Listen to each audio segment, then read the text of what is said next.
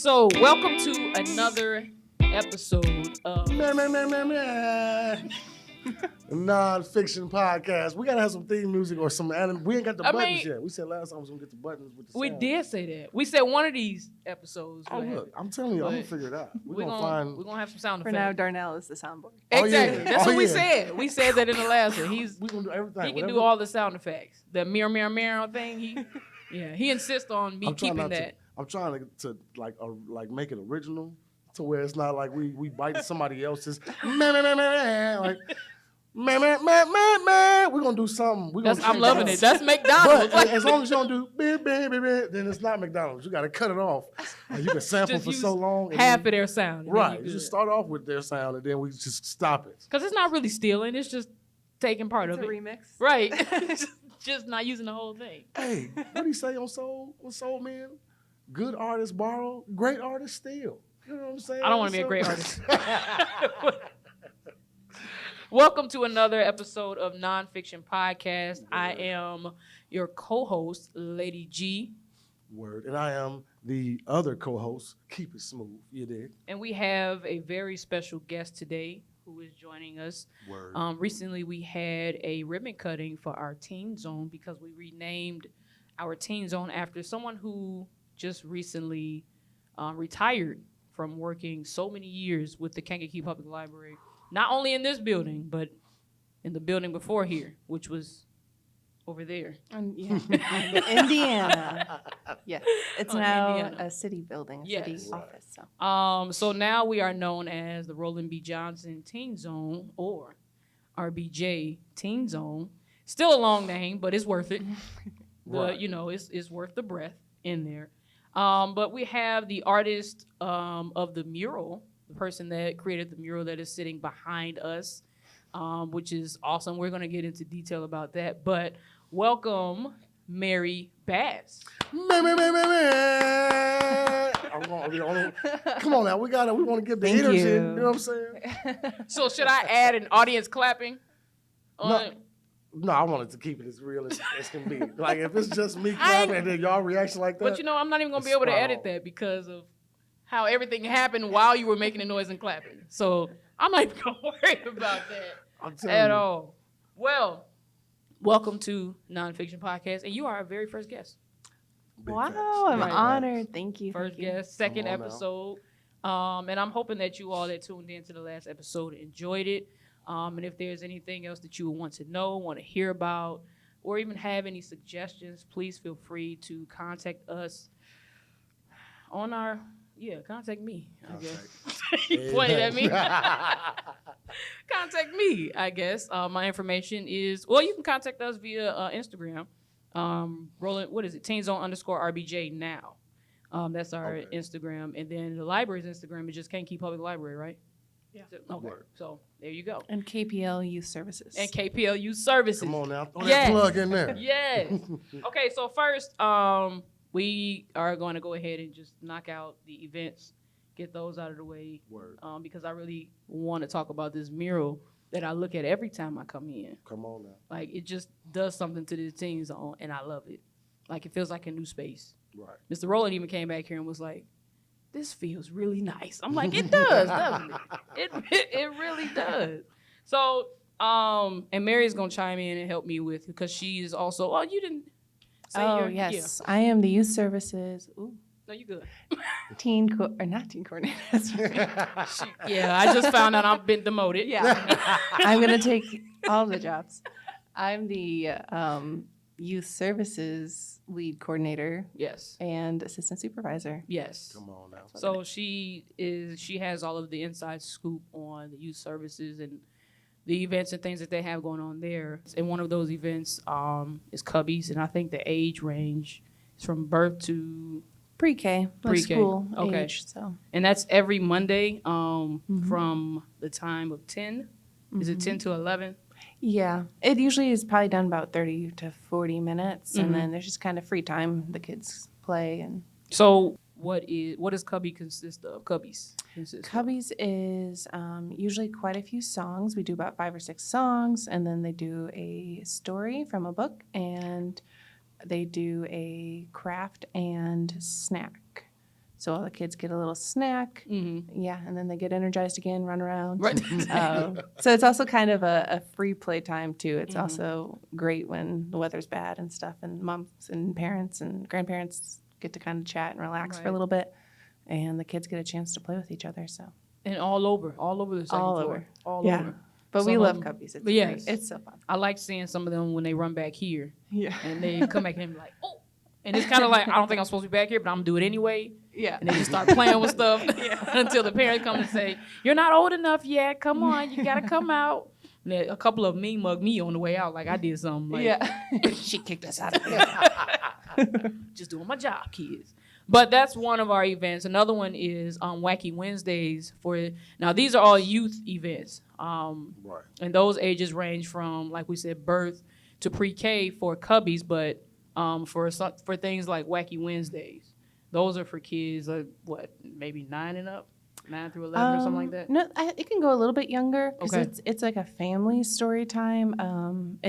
We don't always read a book for that one, but sometimes there's like craft, Mhm. food crafts, food activities, and I would say ideally probably 5 to 12, age Okay. 5. But I think sometimes younger siblings, because it's Right. family, so they get something out of it as well. Right. And those happen on Wednesday evenings at 5:30 to about 6:30. Yeah. And I think I've stayed for maybe one. And It's wacky. it's a time. Yeah. It's wacky. It could be art. It could be Yeah. science. And sometimes it's themed. yeah. And I like when they have the different things. And you don't really know what you'll get until you come. You'll know it'll be fun though. You know it'll be fun. It's a time. Yeah. It's a time worth having. So those are a couple of our monthly consistent events that we have for our youth services.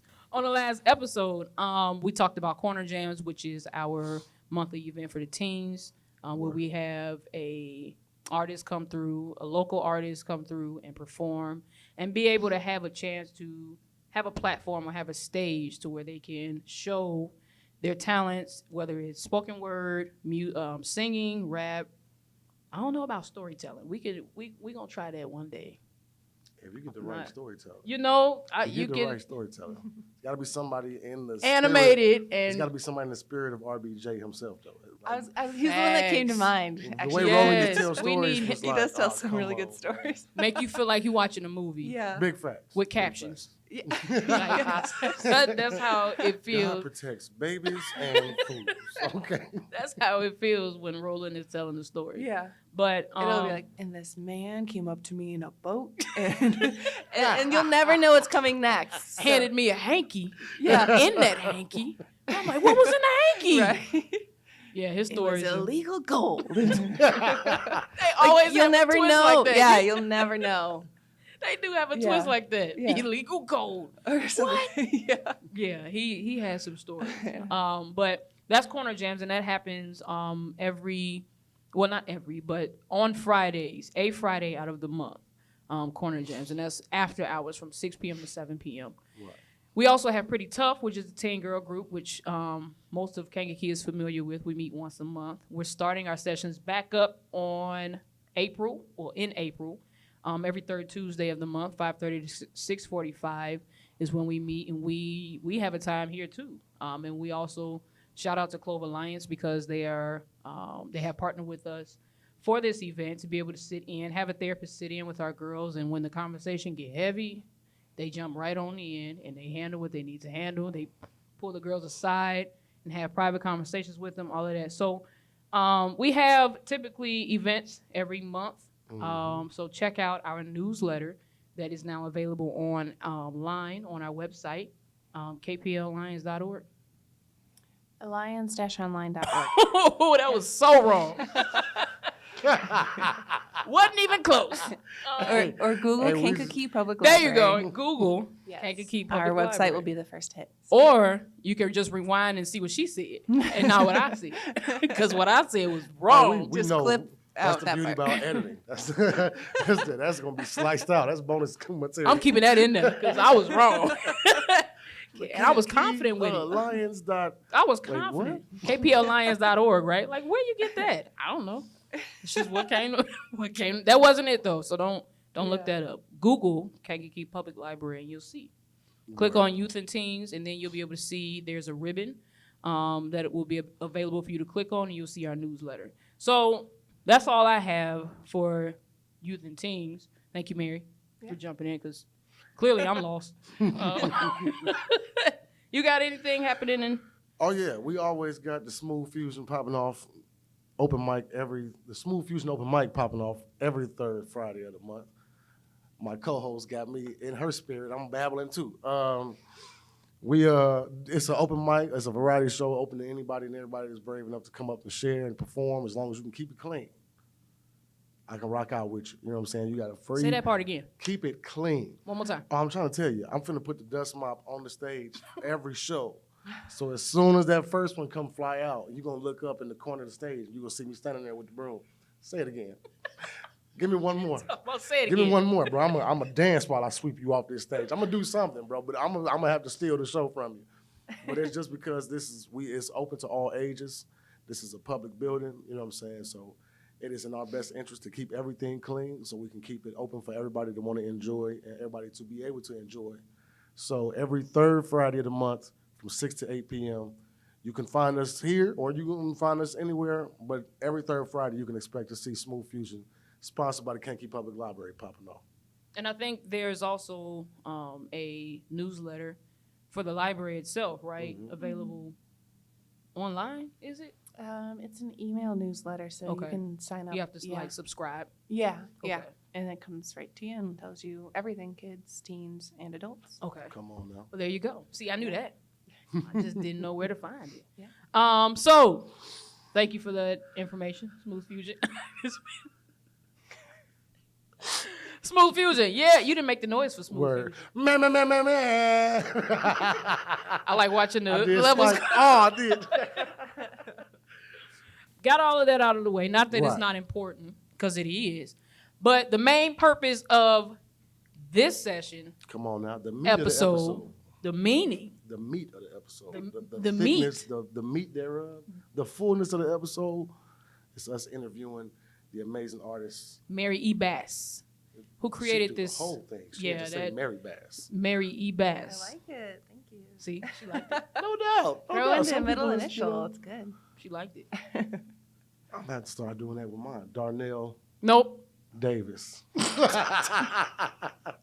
Unknown. I was blessed to not have one, so you just got to provide air right there. You don't have a middle name? Darnell Davis. You don't have a middle name? No. What? But no. you have a junior, right? So Right, I feel like that right. adds something. So Davis, your middle name? I mean, I would like to think it's my surname. I think that's what we're supposed to call it. And then junior will be the suffix. Got it. I was named after a man who went his whole life the same way with no middle name. You know what Wow. I'm saying? And they just chose to pass that legacy on down to me. You know what I'm saying? It was something smooth about like initials, not needing to throw a middle name in there. I've never met someone who didn't have a middle name. Oh, really? Really? Oh. I It's didn't rare. know. I've met It a few. is. I've met a few, but it is I rare. haven't. And that's probably because I don't really talk to a lot of people. So that, that might be where I'm I've starting met off a wrong. person or two who has an initial but no name. Really? Yeah, like their parents just chose to give them an initial but no name. That's unique. Yeah. I would be so upset. Like you started the process and But gave didn't up. finish it. Like, you could have did anything, and you just gonna give me a letter. No doubt. But thank you for joining us today, Mary E. Bass. Happy to. Word. But just give us, first of all, a little bit about your artist background. Like when did you know that you wanted to draw people? Because clearly behind me, it looked like you knew your whole life. Come on now. Because as you get into the details of the faces, and because I remember when she was doing Martin Luther King Jr., she didn't have a mustache on. I'm like, he looked like a different man. But as soon as she put that mustache on, I was like, oh, it does look like him. Come on now. I didn't doubt you in any way, Yeah. like at all, but I knew he was going to. No, I wanted to leave it off for just a little while because you never see Martin Luther King Jr. without his mustache. And I looked through a lot of photos to find like the photo I wanted to use to paint from, and I never saw one, even as a young man. He had the mustache, so that's why I waited a little while, because I just wanted to see it. Like, what would he have looked like without his iconic mustache? But Completely Come on different. now. yeah, Completely yeah, different. He does and not look- eyebrows too. Like a lot of times when you had, I'd be like, this doesn't look like them, and then you put the eyebrow, and you're like, oh, okay, yeah, there it is. I agree. Because with eyebrows, I would look completely different. Oh yeah, we all do. I feel like that should be a challenge. You should go without eyebrows for a while. I already go without my hair.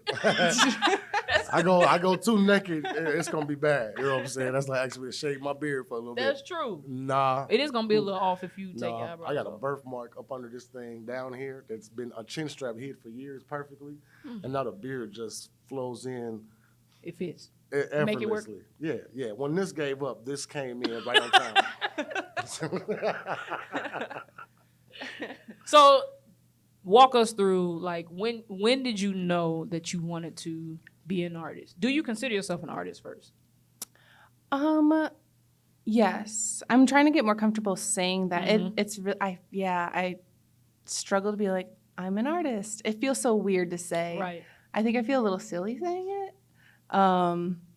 But yeah, and like, what point do you get to say that? And I think I can't remember where I saw this, with someone speaking to that idea of like, when do you get to say like, I'm an author, I write?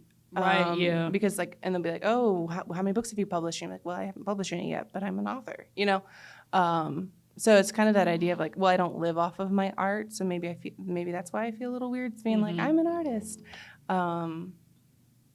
Yeah, I think there's a lot of things tied up in saying I'm an artist, and it feels a little weird. But yeah, I'm trying to like say it from my chest, say it proudly and stuff. There and you then, go. Come on. Say Yeah, it with your but- chest. But you know what? Like, when I was reading through the questions, I came up with that one. And I was like, this might seem like a silly question, but I feel like after 4.5 years now, I feel like I kind of know you and how you would respond. So I was like, this would actually be a good question to ask. It her is. I saw that and I was like, oh, that's so. How did she know? So you were spot on, because it's like, it's such a good question. It's Yeah. one that I do struggle with. So Yeah. when did I know I wanted to be an artist? I've been drawing.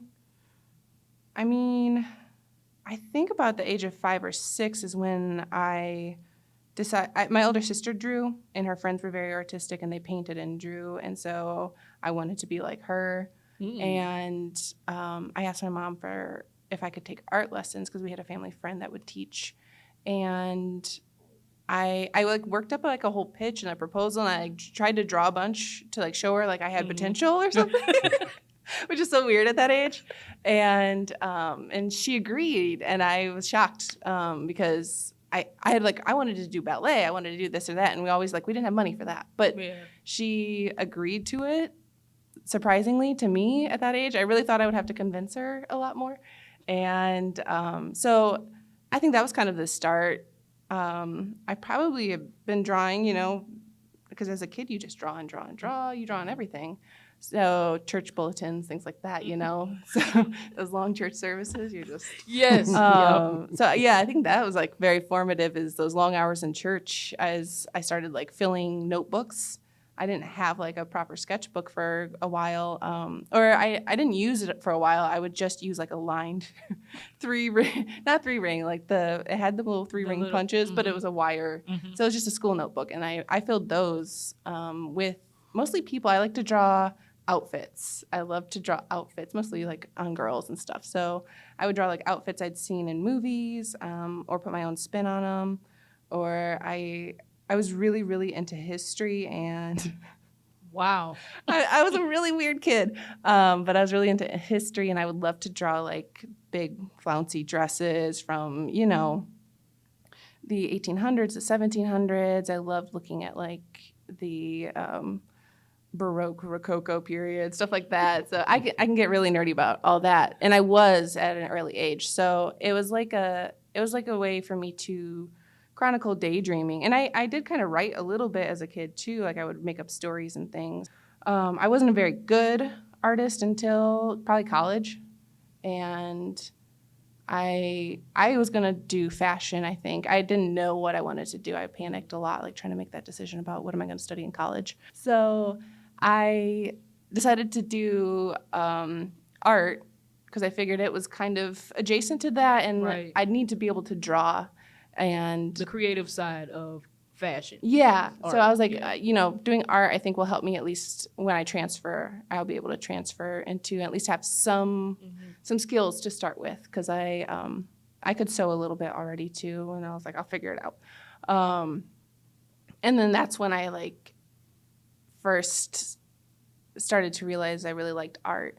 Like that was something that I've just kind of realized. Like I didn't feel like I had that much exposure. So I was like homeschooled, and so I didn't have like an art class in high school to try out pastels or painting or ceramics or things yet. So I didn't have any exposure to that until college. And like our family friends did some of those things, but I really only did like pencil drawings or maybe ink. So I did not start any kind of painting or anything until college. And I never finished a sketchbook until college. I had lots of like started sketchbooks, but I always like got too frozen on the page. Like I put a lot of pressure on myself to draw really good things in my sketchbook, and so I never made anything. I never finished anything because it was too much pressure to like make it really good or something like that. So college, I just learned that I had to like, I just needed to make. And it was my first time like learning how to paint, like learning acrylic and oil painting.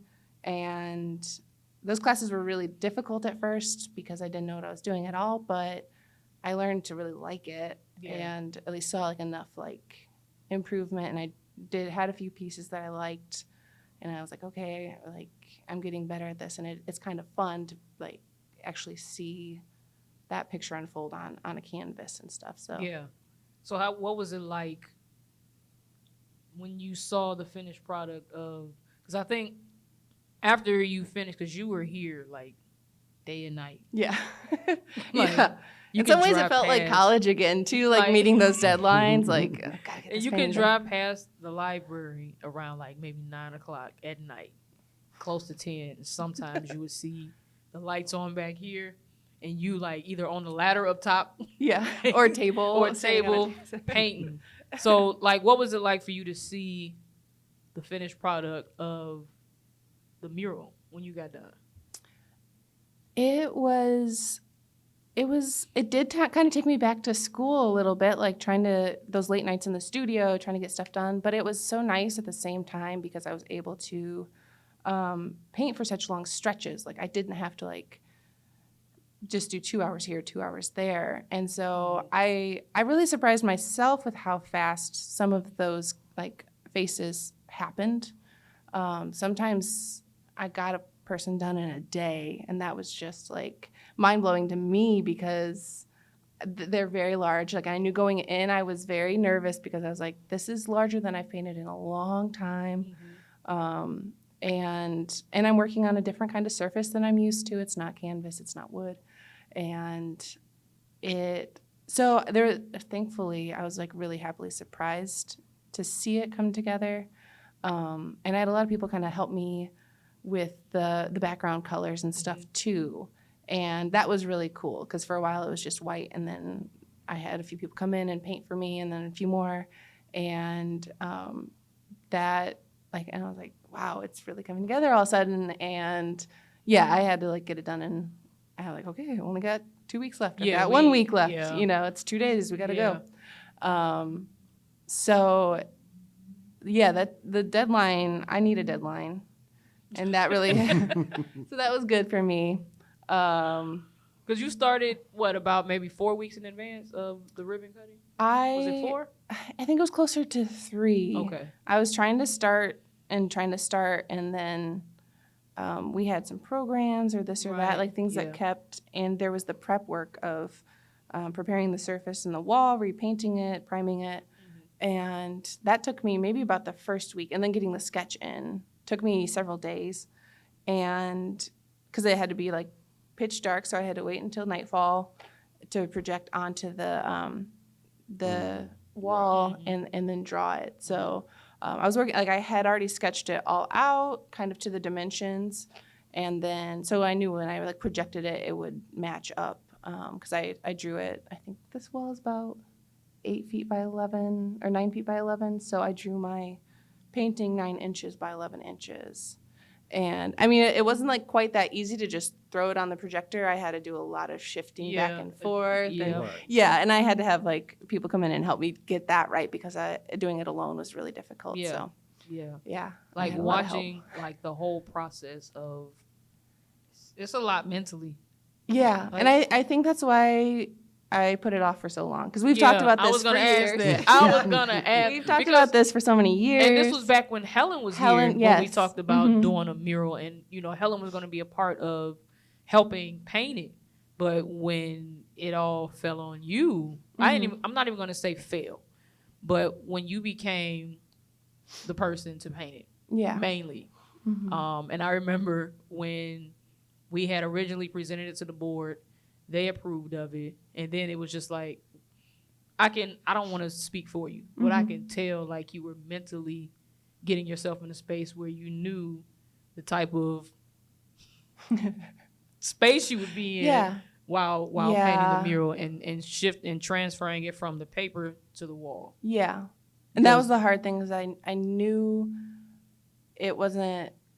The thing with painting is that you can't say, this is going to take me 8 hours and I'll be done with it. I don't know how long it'll take me to do it. I have an idea. And often I like really underestimate, or sometimes you just hit a snag. Like it doesn't look right. You're just not seeing and painting what you're seeing. And it's just, you're struggling. You're Right. struggling. So, and then other times you'll paint somebody and, really, really quickly you're just in the zone, you're in the flow.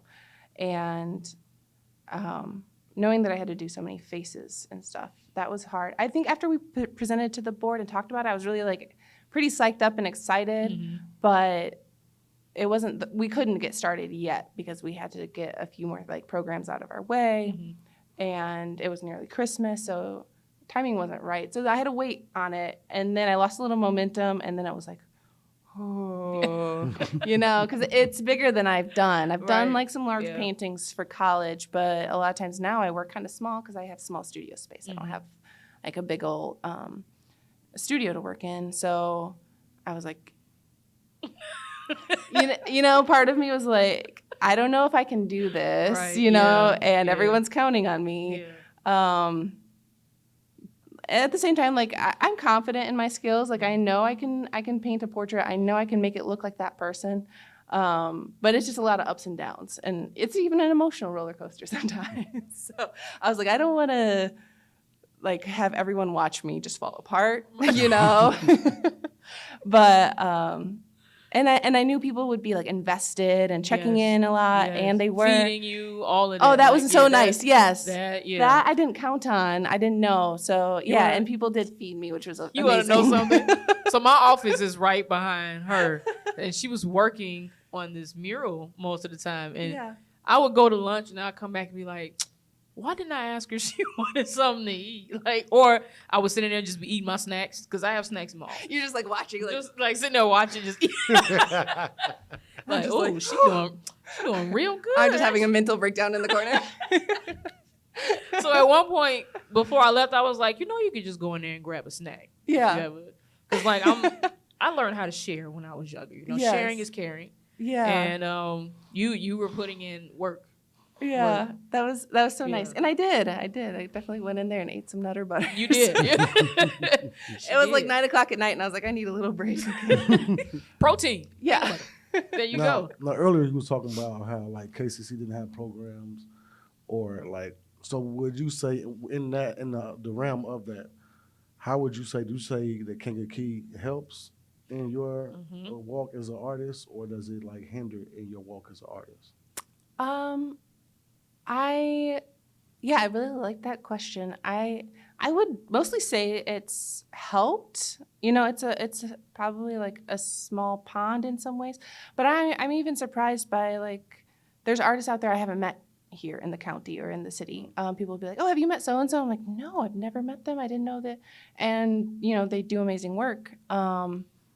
And so I think I used to want to like go big, maybe move to the big city and that just never worked out. And so I think I could have, probably pursued it farther, but other events in my life were like, this is not for me right now. I can't do it right now. And then I got hired at the library, and and that gave me the courage to say, I'm going to do my bachelor's in art. I'm going to pursue art and design, because I was making art here. I was doing displays, and I draw the summer reading logos and things like that, So I knew that I would be able to use that in a 9-to-5 job. And so it just worked out just right. And so I work here, and I was like, I love books, I love reading, and I get to make art, and I get paid for it. Like Camille Rose, she's always pushed me and always said, no, you can do this. Same with the mural, because this was her idea, and she was like, you're going to do it. And I was like, okay. Okay. Yeah. And I was like say, I wanted to, and I don't want to give any idea that I never wanted to do this mural. No, yeah. Right. But I was definitely nervous about doing it, because it's a big undertaking. And then the criticism that comes with it. Yes. Because one thing that I do know is that as a music artist, as a creative, it's hard for me to release my music. And one reason that keeps me from releasing it is because, number one, music is something that allows me to be me, you know, and it's certain secrets that I share in my music and certain things that I like to share about me in my music. And I don't really know how to be vulnerable, but I am in my music and in my writing. So it's hard for me to share it, and then for people to criticize your songs. Yeah. Like, you have people that may like it, you have people that may not. Mm-hmm. You have people that may hear it and keep scrolling, you got people that might like it. You know what I'm Yeah. saying? So it's hard, especially if you post a song and like, this is good.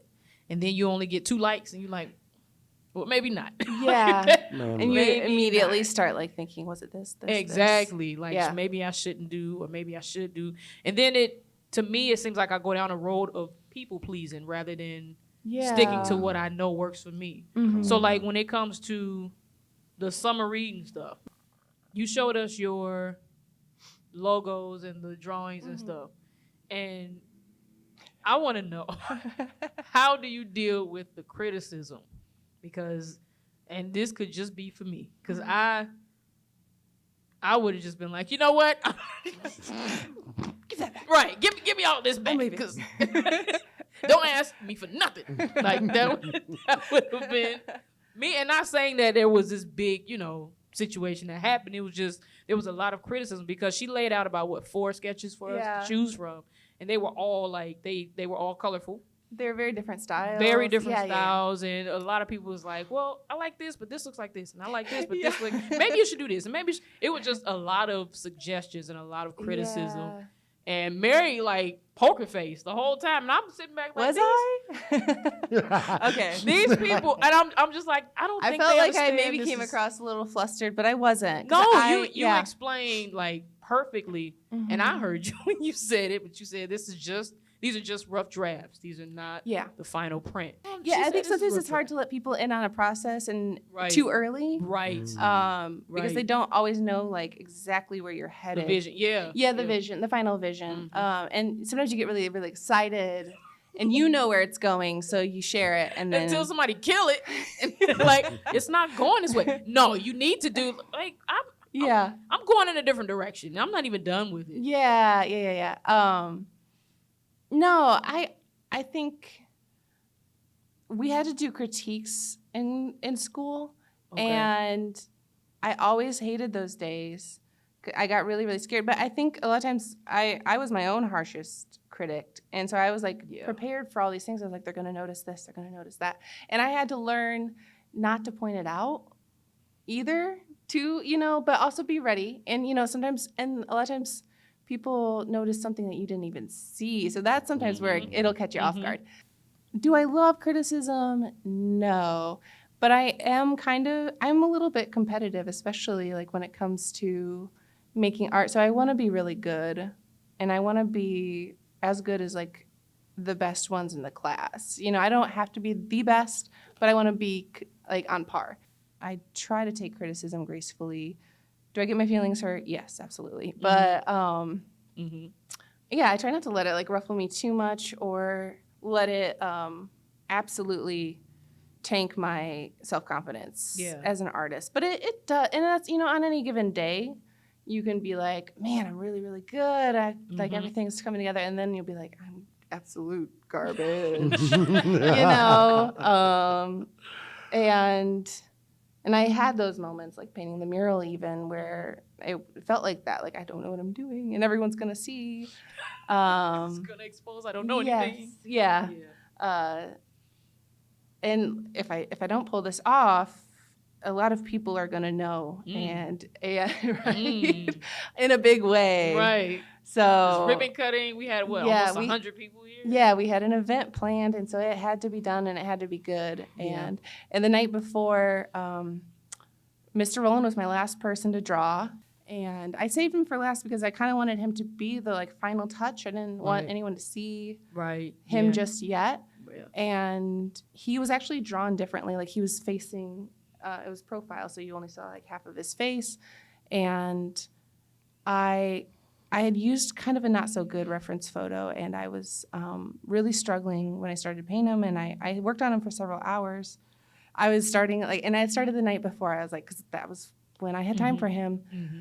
And it was like 9 p.m. that night, and I was like, I've got to change it. I can't use this photo.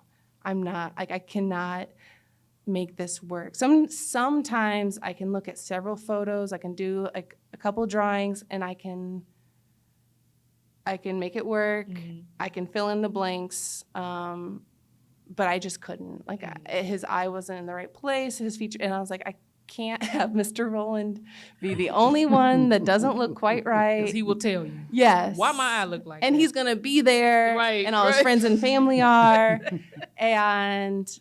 But I was also like, if I start over at this point, am I going to be able to pull it off? Mm. And I had to sit there for about 20 minutes and think about it really hard. And it was a really, really scary decision because I was like, I have about 24 hours to pull. Right, exactly. Yeah, and I did not want to be painting even a day before. I wanted to be done at that point because I don't like painting up to that moment, but I had to keep going. And I said, my sister was there because she was helping me fill in stuff, and she didn't tell me either way. She was like, I trust whatever decision you're going to make, because she's seen me pull off some crazy stuff. But even I was scared. Like, I was really, really scared. But I was like, either I keep going down this road and I keep struggling for several more hours and get nowhere, or I make the change. Right. And I did. So I took pictures of it too. And I had really, really good sketches on all of them. Like, they were all sketched exactly proportional. They were just right. And that had made painting so much easier because I knew my drawings were correct. Just the placement of your nose, your lips, your teeth, it makes such a huge difference. And if it's off ever so slightly, that's when you'll be like, oh, it looks like them. Yeah, it looks like them. Yeah. And that's not good enough for me. Come on now. I need it to be like, you need to know right away who it is. And the rest of the people on this wall aren't going to know, but Mr. Rowland will see it, you know? And people knew from the sketch right away who it was. Yep. They all knew who it was. And so I painted. I actually painted. I didn't draw. Normally I'll pencil sketch something first, then paint over it. I went right in with paint, changed him completely. He's now at like a 3/4 view. And I blocked in like, okay, top of his head here, here's his eyes, here's where all this is. Yeah, because you had a different sketch on the wall. Very different sketch. And I'd already started painting him face. So it was already started like to be painted in. But I had to decide that like, that photo did not have enough visual information for me to work from. Like I made a bad choice in that photo. And I was like, I gotta go get some sleep, but I will. And the thing was, it was really, really easy for me to get up that morning because I had something to do. Right. And I was excited to get back to it. And that was the thing that surprised me a lot about this was I lost a lot of sleep doing it, but at the same time, I was like really excited to get up in the morning and get to work and start painting again. I was scared to like have you and Camille see it in the morning too, because I was like, what if they tell me it's not him? And they'd be like, what did you do? Why did you change it? But I just kept working. And that was the moral of the story, I think, is kind of trusting your gut and your process and keep working until it works. Yeah, it was a few times where you would be like, should I do this? Or maybe I'm going to just do this. My response would always be, I trust whatever you do because you know better than I do what you're going for. And it's one thing that I realize is that every artist has an end goal. They see what they're going for, and whatever their process looks like for you, it might not be the same for me. Yeah. But whatever it looks like for you, and you know you'll get to the end goal, I'm gonna leave you alone. I'm not even gonna bother you. Yeah. So I trust your I creative have side. to ask people stuff. Like, I have to ask advice, though, sometimes and be like, do you see this? And the other person may not be able to, like, weigh in all that much or whatever, but it helps me, like, work through it. And sometimes they'll be like, no, don't do that. Or, okay, you should. And then I'll be like, no, Yeah. actually. and it drives them crazy. But it's like, I just needed to figure it out for myself. But I needed you to be there. And I needed the process of talking to you. I'm sorry that I didn't take your advice. But Thanks for that. But yeah. Which I feel bad. So sometimes I'll be like, don't ask them because you're not probably going to do what they tell you to Right. do anyway. But And typically I know that's how that goes anyway. yeah. So I don't ever expect like what I would suggest to be what I see.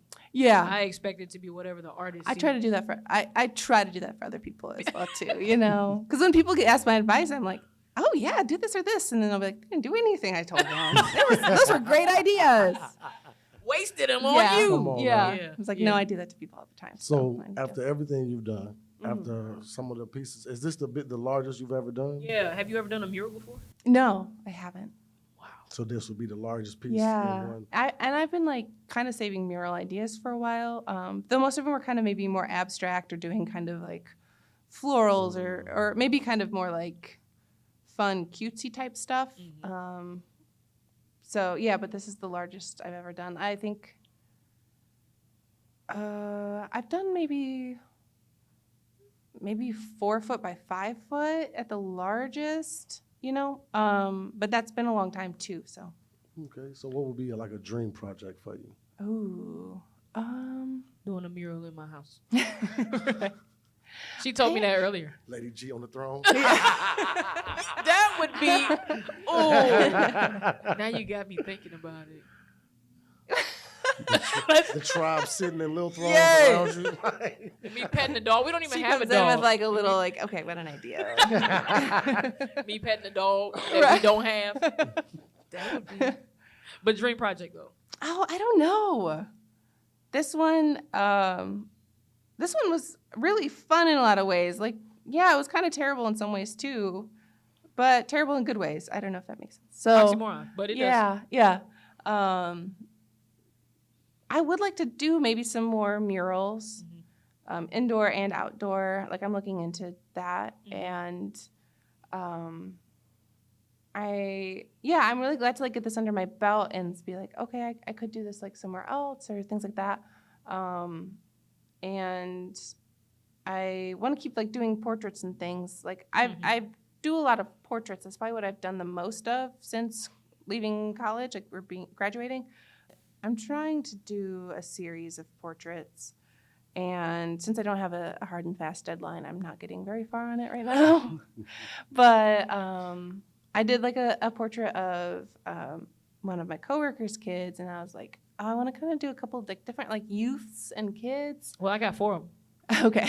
All you need is to Send look them at my that way. picture right there. You know? Right. There you go. So yeah, I started doing, but I haven't finished it yet because I hit like a rough patch where it wasn't looking quite right, and so I was like, I'm gonna wait and work on something else.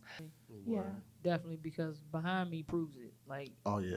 it looks like they're popping out at you. It looks like their eyes follow you.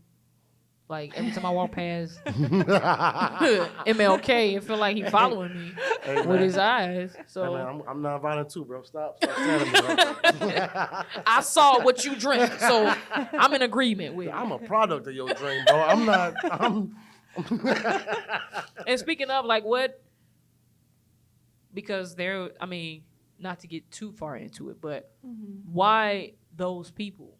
Like, why did you choose those particular people? First, tell us who they are, who each one of them is, and then tell me, like, why did you choose those particular people? Besides Mr. Rowland, we got that. Yeah. But why those people though? So we have Martin Luther King Jr. and then his wife Coretta Scott King next to him, And then below them are Michelle and Barack Obama. And then the two in the middle are not a couple whatsoever. I just want to make that clear. She said But whatsoever. it's Octavia Butler. She's an author, sci-fi.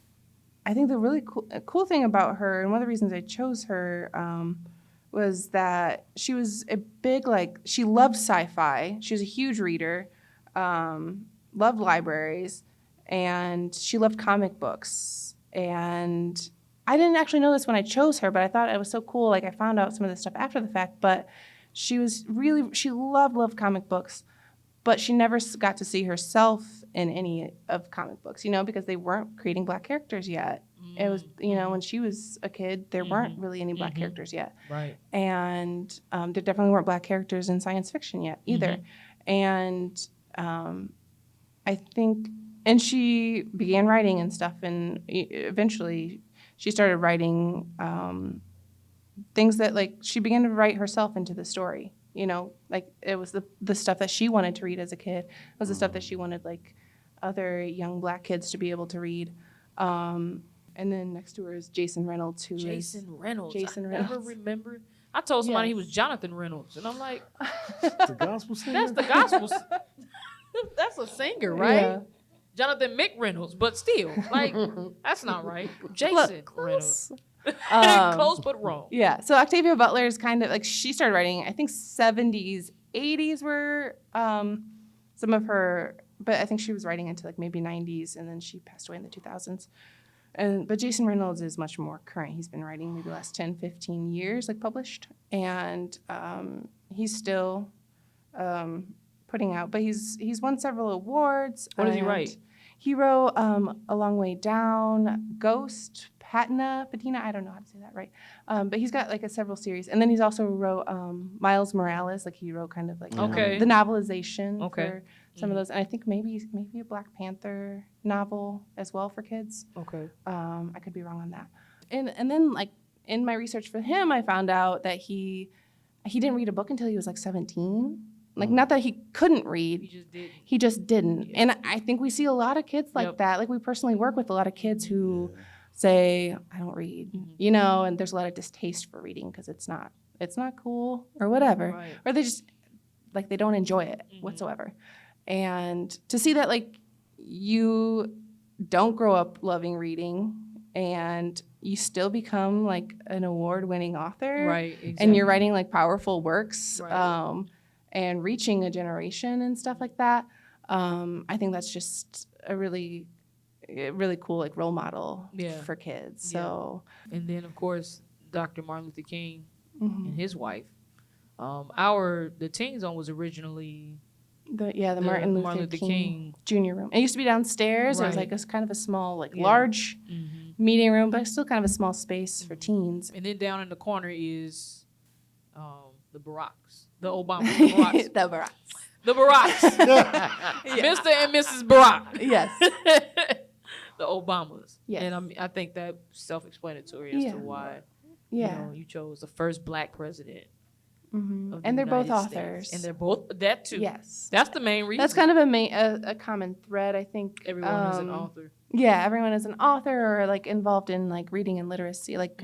There's a big award, the Coretta Scott King Award, which is awarded to children's books. Yeah, she And- has. Mhm. Yeah, so she has her, and I believe she started it, and so yeah, and that's still going today. And Jason Reynolds has received it and stuff. So Jason. Come on, now. Jason, You see how it come back full circle? Yeah, so Somebody it's kind of on a cool. on the wall has an award named after them, After and them, somebody exactly. else is a recipient of the same set of award. That's Yeah. amazing. Yeah. Yeah, Yeah, it all came together. But the mural is definitely a perfect touch back here. I can't stress that enough. And it's coming together. The Teen Zone area is coming. I can't wait to get in this cafe area and do what I know I can do with this area. Because this Yeah. right here proved to me that it's possible. Mm-hmm. And that you have the backing up. Because having a supervisor like ours, she pushes you to a point that you didn't know you could be pushed to. And I mean that in a good way. yeah. With Mary not knowing that she was able to do this mural, but Camilla's like, you can do it. And to her, it just seems so simple. A given, yeah. Yeah, it's you don't think. And you I'm can do mentally that? calculating, we Right, gotta do this, right. and this. We got a prime. We gotta do this. am I going to use this paint or that paint? Or Right. Yeah. And one thing she does is she'll do whatever she needs to do to support what it is that we're doing. And she'll make sure we have the craft. She'll make sure we'll be in the mental capacity to do it. She'll make sure we have the space. She'll make sure all of that so that we can fulfill what it is that we need to make it look presentable enough, you know, for the public, for our teens. And one thing about teens, they criticize like a mug. Yeah. That was scary too. Like drawing and knowing that teenagers are going to watch me paint. Exactly. And you've had a couple come in. They knew who everybody was except for the two in the middle. Yeah. Even Mr. Rowland, like the kids that didn't know his name would be like, that's that man that worked here with the gray locks. Yes, it is. His name is Rowland. They're like, yeah, it looked like him. But I think it was it one time? It was, who was it? That didn't look. I think Octavia Butler took a little bit, like, a lot of people guessed, like, random things for her. Yes. And then Random. Michelle Obama, because her hair is, like, so curly. Yeah, And I think a lot of people are used to seeing her, like, little flip. Mm-hmm. And, so a lot of people were like, Oprah! Yeah, that was just before she was confident. finished. Yeah. Oprah and Barack. Like in her sketch, yeah. Like several people that week said Oprah, and I was like, oh no. Like, no. And and I was like, oh gosh, am I gonna be able to like pull it off? Will I be able to paint Michelle correctly? So yeah, the pressure was on there.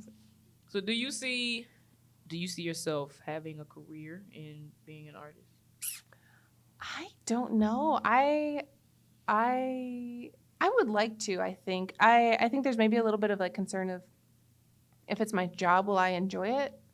You know, when it's every single I day. Get that. Yeah. And there are a lot of highs and lows of like, you don't always feel inspired. Sometimes you go through like just dry spells. And I'm sure it's the same being like a musician and stuff. Like, Yes. you have literally nothing that like sounds interesting to you. Like you don't feel like painting this or that, and stuff that you used to love to paint, you don't anymore. And so yes, like in the idea of like, ooh, I could have a beautiful light-filled studio and just paint all day. That sounds lovely. But also there's the side of like you have to market yourself Exactly. and talk to people and Right. galleries and figure out like, you know, there's so many, and social media, you know, now you have to make TikToks and reels and stuff to stay relevant. And so it's, yes, I hope so. I think I would like that. And I would like to be able to like live off of my art. I don't know when that will be, if it'll be like in this decade or if it'll be when I'm a little bit older. So I just try to kind of like take opportunities as they arise and see where they lead. And yeah, I'm open to it. So, but you know, you make plans and God laughs. So I try to make very loose plans and try hard. But you know, it's like never get too set on, I'm going to move to New York in 2 years and do this and that. So, well, I think that wraps up the segment. First of all, thank you. Thank Mary. you. Man, you gotta at least clap with me. You ain't gotta Every do the time, man. but I don't know when you're doing it. That's The little like flinch. right. Usually, I would see your finger getting ready to push the button, but this one is just coming automatically from you. That's when it's natural. So I don't know when your head is saying, "Do it." I'm going off of your words. I'm going off of the way you set it up, man. It's been you great know to give it up for. And in my head, Okay. I'm like, that's the perfect drop for the man. And the clap. I didn't know he was clapping too. But do it again. Oh, I gotta say it. Thank you, Mary, for coming on. She clapped too. See? Come on now, look. Team There effort. wasn't video, they wouldn't know. But, you know. It just sounded like an applause. Yeah. Um, No, thank you. This has been really fun to. It's been fun to talk yeah, about. and we're definitely gonna have you again I hope so. Word. on an episode. But I want to close out the segment with the "Would you rather," and you come up with some good ones.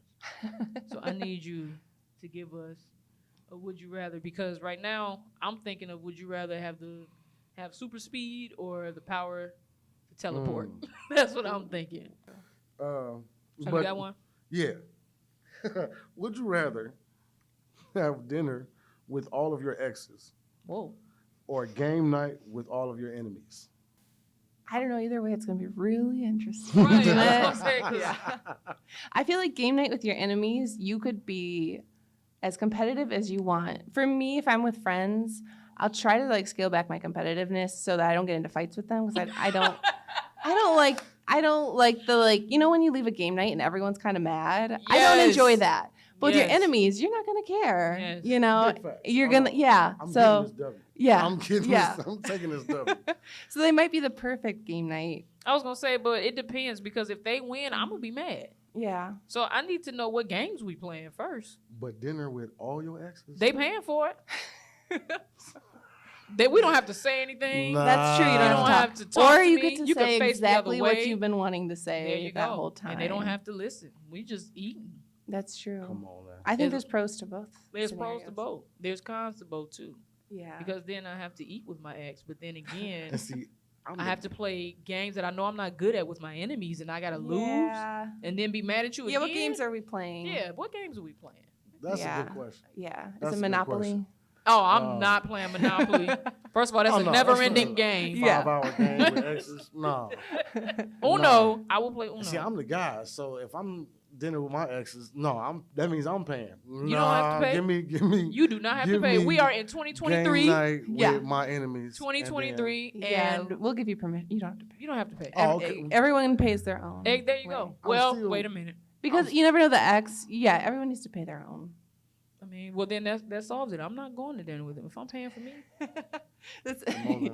you're like, if you're not gonna pay No, one last time. Yeah, Game night means we probably playing more than one game. true. You know what I'm saying? So That's I'm gonna give me a true. W in something. Yeah. True. And then it's gonna be like, Give me a chance. Yeah. But if you we're know. playing Uno and they're just laying down like draw fours, that would really Oh, get I'm me. oh, flipping that's the gonna table. start. That's gonna start a. I'm flipping That the would, table. but you That's what's the know, whole I thing. think that's acceptable at game night with your enemies. Hold up. But again, thank you for coming. Thank you. Thank y'all again for tuning in to Nonfiction Podcast. I'm your host, Lady G, and I'm your boy, keep it smooth. we out. You dig? We gonna clap this time. Come on now. Yell at look. us.